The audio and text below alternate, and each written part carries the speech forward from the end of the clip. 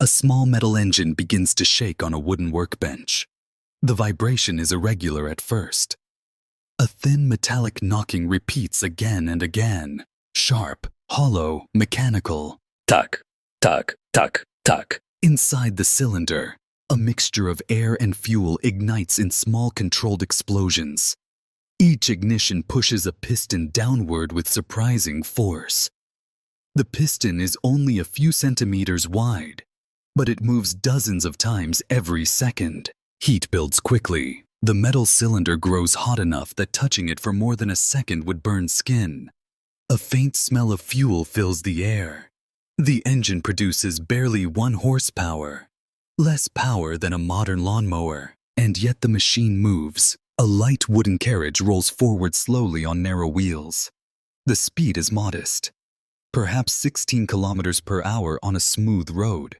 But the motion no longer depends on a horse. No animal pulling, no reins, no stable. Only pistons, valves, gears, and a rotating crankshaft converting explosions into motion. In many history books, this moment is described as the beginning of the automobile, a mechanical carriage that could move by itself. The story is usually simple. A brilliant inventor experiments with a new type of engine.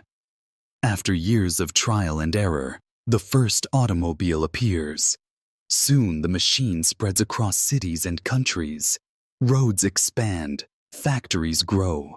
Transportation becomes faster, more efficient, more modern. From this perspective, the automobile seems almost inevitable, a natural next step in technological progress. Steam engines had already transformed railways and industry. Internal combustion engines simply extended that logic to personal transport. In museums, the early automobile is often displayed like a quiet symbol of ingenuity. A delicate wooden frame, thin iron wheels, exposed mechanical parts. Visitors stand a few meters away and read a plaque describing how this invention changed the world. In school textbooks, the narrative is even more compact. First came horse-drawn carriages. Then engineers experimented with engines. Eventually, someone succeeded. The automobile was born. From there, the story accelerates quickly. Mass production, highways, urban expansion, global mobility. Within only a few generations, machines replaced horses almost everywhere. It feels clean, logical, ordered, a sequence of inventions leading steadily toward modern transportation. But when historians begin to examine the earliest stages more closely, certain details start to feel less straightforward. The engine itself was fragile. The early fuel system was unreliable. Roads were often unsuitable for the machine, and many engineers who attempted similar designs failed repeatedly before anything actually worked. Even the identity of the first automobile becomes less clear depending on which criteria are used. Was it the first gasoline engine vehicle? The first practical vehicle? The first that people actually drove on public roads? Different answers lead to different inventors, different years, different machines. Yet these complications rarely appear in the simplified version of the story. Instead, the narrative tends to focus on a single breakthrough moment, a single machine, a single inventor, a clean beginning to a technological revolution. But if the automobile truly represents one of the most transformative inventions in modern history, why does the earliest phase of its development still contain so many details that remain strangely absent from the version most people learn? In 1885, a narrow three-wheeled machine moved slowly along a quiet road in Mannheim, Germany. The vehicle looked fragile. Its frame was made from thin steel tubes and wooden components. The wheels were large, almost identical to those used on bicycles of the period. 2 wheels in the back, 1 in the front. At the rear of the vehicle sat a small internal combustion engine. The cylinder displacement was less than 1 liter. The engine produced roughly 0.75 horsepower. At full power, the machine could reach around 16 kilometers per hour. But that number only applied under ideal conditions. Flat ground, smooth surface, no wind. Most roads in the late 19th century were not designed for machines like this. They were uneven, covered with stones, mud, or dust depending on the season. Horse traffic had carved deep grooves into the surface. When the early automobile tried to move across these roads, the thin wheels shook violently. The engine vibrated constantly, bolts loosened, chains slipped. The driver often had to stop and repair the machine on the side of the road. Even starting the engine was not simple. There was no electric starter. To begin the process, the operator had to manually turn the flywheel while adjusting the fuel mixture and ignition timing. If the mixture was slightly wrong, the engine stalled immediately. If the ignition timing fired too early, the crankshaft could jerk violently backward. Small engines are often quiet today, but the early gasoline engine was loud and unstable. Each ignition produced a sharp metallic pop. Pop, pop, pop, pop.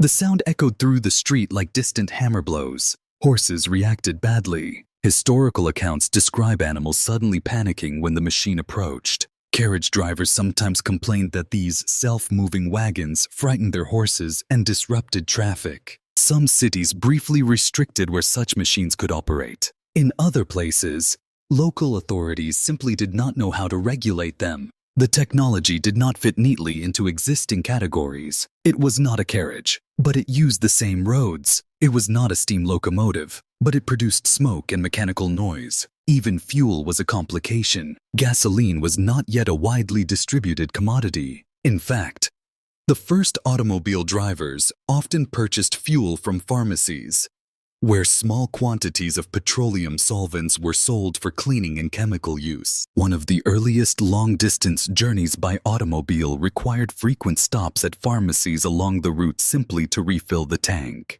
Another problem rarely mentioned in simplified histories was cooling. Internal combustion engines generate intense heat inside a very small chamber. During early tests, the engine cylinder could become dangerously hot after only a short period of operation. Water reservoirs were small. Evaporation happened quickly. Drivers sometimes had to stop repeatedly just to refill cooling water. Climbing hills presented another difficulty. The early automobile had extremely limited torque. On steep inclines, the machine could simply stop moving. Passengers would step out, then push, while the driver attempted to keep the engine running. These details do not appear very often in the polished narrative of technological breakthrough. Instead, the invention of the automobile is usually framed as a decisive success. But the early documents describe something closer to a fragile, experimental device. Unreliable, noisy, sensitive to road conditions, dependent on improvised fuel supplies, and frequently in need of repair. Even within the engineering community of the time, many observers were skeptical. Steam engines were already well understood. Electric motors were also being explored for transportation. In the 1890s, electric cars were sometimes considered more promising than gasoline vehicles because they were quieter and easier to operate. The gasoline automobile did not immediately dominate the field. For years, it was only one experimental solution among several competing technologies. If we step back and look at this period carefully, the story begins to feel less linear, less inevitable. Multiple engine types were competing. Infrastructure was not yet ready. Public reaction was uncertain, and the machines themselves were extremely delicate. So the familiar story, one invention leading smoothly to the modern automobile, begins to look slightly different. Not false, but incomplete, because the historical record shows something messier, more experimental, more unstable, and sometimes surprisingly uncertain. Which raises another question. If the early automobile was so fragile, so impractical, and so controversial in its earliest years, why does the popular story of its invention still appear so clean and straightforward today? When the story of the automobile is told in popular histories, it often begins with a single name, Carl Benz. According to the familiar narrative, Benz built the first practical gasoline automobile in 1885. The machine was patented shortly afterward, and from that moment forward, the modern automobile industry began. The sequence feels precise: a date, an inventor, a machine. But once historians begin comparing technical documents, patent records, and engineering experiments from the same period, the picture becomes less tidy. Because the internal combustion automobile did not appear suddenly, it emerged from decades of partial attempts. Some of those attempts are still mentioned in technical literature. Others appear only briefly in academic research, long before Benz's Motorwagen moved along the streets of Mannheim. Several engineers had already experimented with vehicles powered by internal combustion engines. One of them was Etienne Lenoir. In 1863, Lenoir constructed a vehicle powered by a gas engine. The engine itself was heavy and inefficient. It produced roughly 2 horsepower while consuming large quantities of fuel. The vehicle reportedly completed a journey of about 11 kilometers between Paris and Joinville-le-Pont. The trip took several hours. The machine stopped frequently. Fuel consumption was extremely high. From a practical perspective, the vehicle was not a viable form of transportation, but technically it was already a self-propelled road vehicle powered by internal combustion. In other words, the idea existed more than 20 years before Benz's machine. Another important figure was Siegfried Marcus. Marcus experimented with gasoline engines mounted on wheeled frames during the 1870s. The exact date of his working prototype remains debated among historians. Some documents suggest a functioning gasoline vehicle appeared as early as 1870. Other sources place the machine closer to 1888 or 1889. The uncertainty itself reveals something interesting. The early history of the automobile is not recorded with perfect clarity. Prototypes were often experimental devices. Many were built in workshops without formal documentation. Some were dismantled after testing.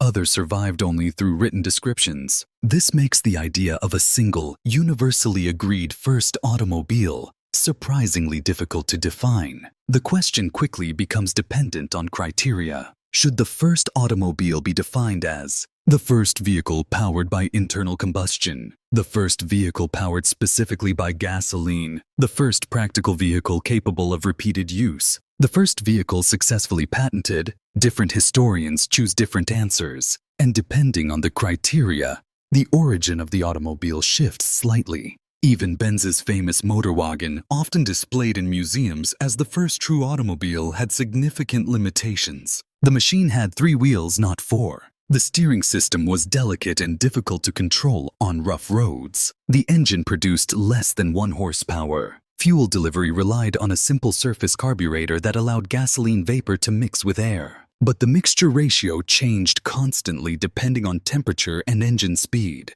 This meant the engine could stall unexpectedly. Historical photographs of the machine show an exposed flywheel nearly half a meter in diameter spinning behind the driver. At full speed, the flywheel rotated hundreds of times per minute. If clothing or tools became caught in the rotating wheel, the consequences could be severe. These details rarely appear in simplified educational narratives. Instead, the early automobile is usually presented as a refined prototype already pointing clearly toward the modern car. But contemporary engineering reports tell a different story. Many early vehicles required constant mechanical adjustment during operation. Ignition timing had to be tuned manually. Fuel supply fluctuated. Lubrication systems were primitive. Engine cooling depended on evaporation from small water tanks. During longer journeys, drivers often carried tools for repairs, spare belts, extra fuel containers, metal wire for temporary fixes. Even the famous long-distance demonstration of the motor wagon required multiple mechanical interventions along the route.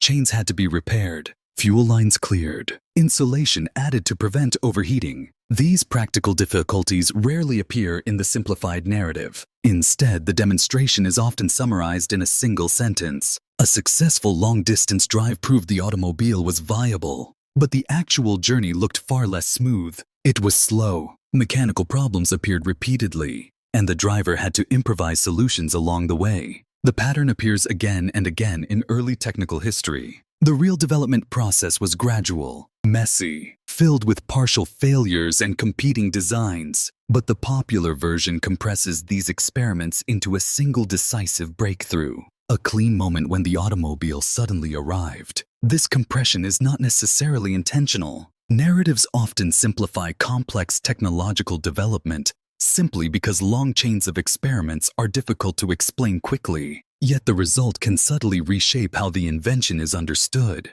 Instead of a long period of uncertain experimentation, the automobile becomes a single heroic invention. Instead of multiple engineers contributing partial ideas, the story centers on one decisive figure. Instead of fragile prototypes constantly breaking down, the machine appears as a confident technological leap forward. The documents themselves do not fully support this simplified version. They describe something slower, more ambiguous, and sometimes surprisingly unstable, which leads to another question. If the historical development of the automobile was so experimental, so fragmented, and so dependent on multiple inventors, why did the final narrative settle so comfortably around a single origin story? By the early 20th century, the automobile had begun to change the physical landscape of many cities. The machines themselves were still relatively simple. A typical early gasoline car around 1905 produced somewhere between 8 and 20 horsepower. The engine sat exposed under a thin metal hood. Cooling water circulated slowly through a radiator made of narrow brass tubes. When the engine ran, the entire chassis vibrated. The steering wheel shook in the driver's hands. The engine noise was constant, a rapid mechanical clatter mixed with the rhythmic firing of cylinders. Dust rose from unpaved roads as the car moved forward. At speeds of 30 or 40 kilometers per hour, the sensation already felt fast for passengers accustomed to horse-drawn transport. But something else was happening at the same time. As the automobile became more common, the story of its origin began to stabilize. The narrative grew simpler. One inventor, one breakthrough machine, one moment when transportation changed forever. This version appeared not only in textbooks, it also appeared in exhibitions, newspapers, and industrial publications. Factories producing automobiles had strong reasons to highlight this narrative. The automobile represented more than a machine. It became a symbol of industrial modernity. A nation that produced automobiles demonstrated technological sophistication. It demonstrated mechanical expertise. It demonstrated economic strength. In Germany, the early gasoline automobile was closely associated with the achievements of national engineering. The machines produced by early companies linked the country's reputation to mechanical precision and technical innovation. Later in the United States, the automobile became tied to another powerful narrative: mass production. Henry Ford and the production methods used at Ford Motor Company were often presented as the moment when the automobile moved from experimental machine to universal product. Inside factories like the Highland Park plant, long assembly lines stretched across vast halls. Metal frames moved slowly past rows of workers. Each worker repeated a specific task: bolting a wheel, attaching a steering column, installing a fuel line. The process dramatically increased output. By 1913, a single automobile could be assembled in roughly 90 minutes, far faster than earlier production methods. From the perspective of industrial history, the automobile now symbolized something larger: efficiency, standardization, modern industry. But once again, the simplified narrative served multiple purposes. For governments, the automobile industry represented national progress. Countries that built automobiles could claim a place among advanced industrial powers. Road construction projects expanded rapidly. New infrastructure appeared: fuel stations, repair workshops, traffic regulations. Each development reinforced the idea that the automobile was the natural next step in transportation. For manufacturers, the origin story of the automobile also helped establish legitimacy. A clear beginning made the industry easier to explain. It connected present production to a recognizable historical moment: a founding invention, a founding machine, a founding inventor. This structure is familiar in many technological histories. A complex process becomes centered around a single symbolic object. In the case of the automobile, that symbolic object often remained the early gasoline vehicle associated with Carl Benz. Museums displayed replicas. Engineering textbooks reproduced diagrams. Photographs of the machine circulated widely. The image became a visual shorthand for the birth of the automobile. Yet this focus also had a side effect. It quietly pushed many other experimental vehicles into the background. Steam-powered road vehicles that had existed earlier. Electric vehicles that competed seriously in the 1890s. Hybrid experiments combining different propulsion systems. All of these technologies formed part of the same transitional moment. But they rarely occupy the center of the narrative. Instead, they appear briefly as side paths that history eventually abandoned. The dominant storyline prefers a cleaner arc, a sequence leading directly from the first gasoline automobile to the modern car. This narrative does not require any conspiracy, no coordinated effort to erase other technologies. The process is subtler. Industrial success tends to shape historical memory. Technologies that ultimately dominate markets often become the central characters in retrospective histories. Once gasoline automobiles became the dominant form of personal transportation, earlier alternatives seemed less important in hindsight. Their complexity faded. Their experiments became footnotes. Meanwhile, the successful design acquired symbolic power. It came to represent the beginning of everything that followed. But when we return to the technical documents and early engineering experiments, the landscape appears more crowded, more uncertain, more experimental. The gasoline automobile did not emerge into an empty field. It competed with several other technological directions, and its eventual dominance depended not only on engineering decisions, but also on infrastructure, economics, and industrial organization. Which means the familiar origin story of the automobile, a single invention launching a transportation revolution, may tell us as much about how societies remember technology as it does about how the technology actually developed. When historians return to the original technical records from the late 19th century, the early automobile begins to look less like a sudden invention and more like a fragile mechanical experiment. Engineering notebooks from the period describe machines that required constant attention. Fuel systems had to be adjusted repeatedly during operation. Ignition timing could drift. Engine temperature rose quickly if cooling water evaporated too fast. Even short journeys sometimes required several stops for mechanical corrections. One of the most detailed surviving accounts of early automobile operation comes from the long-distance journey made in 1888 by Bertha Benz. She drove the early Benz patent motorwagen from Mannheim to Pforzheim, a distance of roughly 106 kilometers round trip. Today, this journey is often summarized as proof that the automobile worked. But the actual trip described in contemporary accounts was far more complicated. The vehicle's engine produced barely 0.9 horsepower.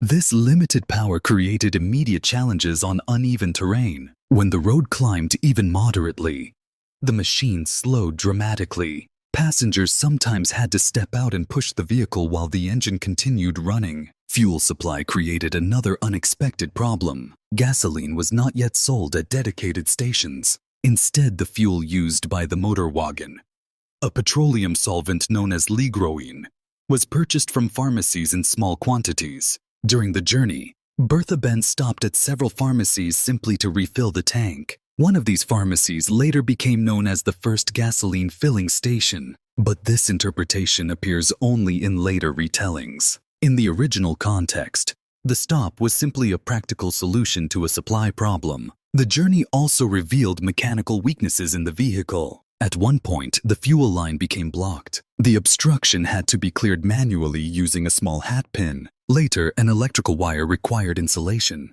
A leather strap from a nearby cobbler was used to create a temporary repair. Another issue appeared in the braking system. The early motor wagon used simple wooden brake blocks pressing directly against the wheel rims. During downhill sections of the journey, friction heated the brake surfaces quickly. To solve the problem, Bertha Benz reportedly asked a shoemaker to attach leather lining to the brake blocks, creating what would later become an early version of the brake lining used in automobiles. None of these details suggest failure, but they do illustrate something important. The automobile in 1888 was still a developing machine. Its components were experimental. Many of its practical solutions were discovered only during real use. This pattern appears repeatedly in technical reports from the same era. Engineers testing early gasoline vehicles often described small but persistent difficulties. Fuel vaporization changed with temperature. Carburetors required careful adjustment.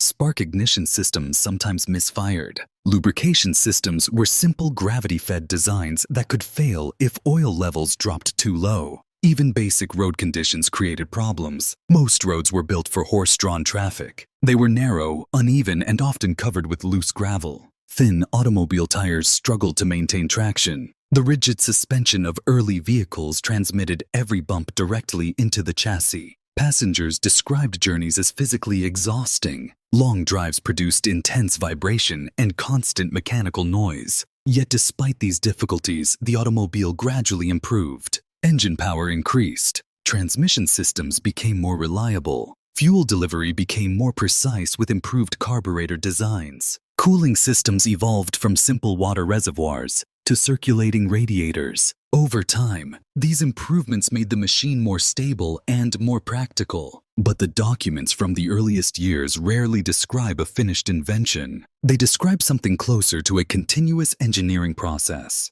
a sequence of modifications, field tests, unexpected failures, improvised repairs, gradual refinement. In other words, the automobile did not appear fully formed. It emerged slowly from a network of experiments carried out by multiple engineers working in different countries. The technical evidence supporting this process was never hidden. Engineering journals recorded many of these developments. Patent archives preserved the designs. Technical reports described both successes and limitations. These materials were always available to researchers. What happened less frequently was incorporating these messy details into the main public narrative. Instead, the broader story often preferred a cleaner structure. A single inventor, a single machine, a single moment when the automobile began. But the documents themselves quietly suggest something different. Not a sudden beginning, but a long, uncertain transition. Imagine the early automobile again, not the polished machine displayed in a museum, but the real object described in the engineering notes.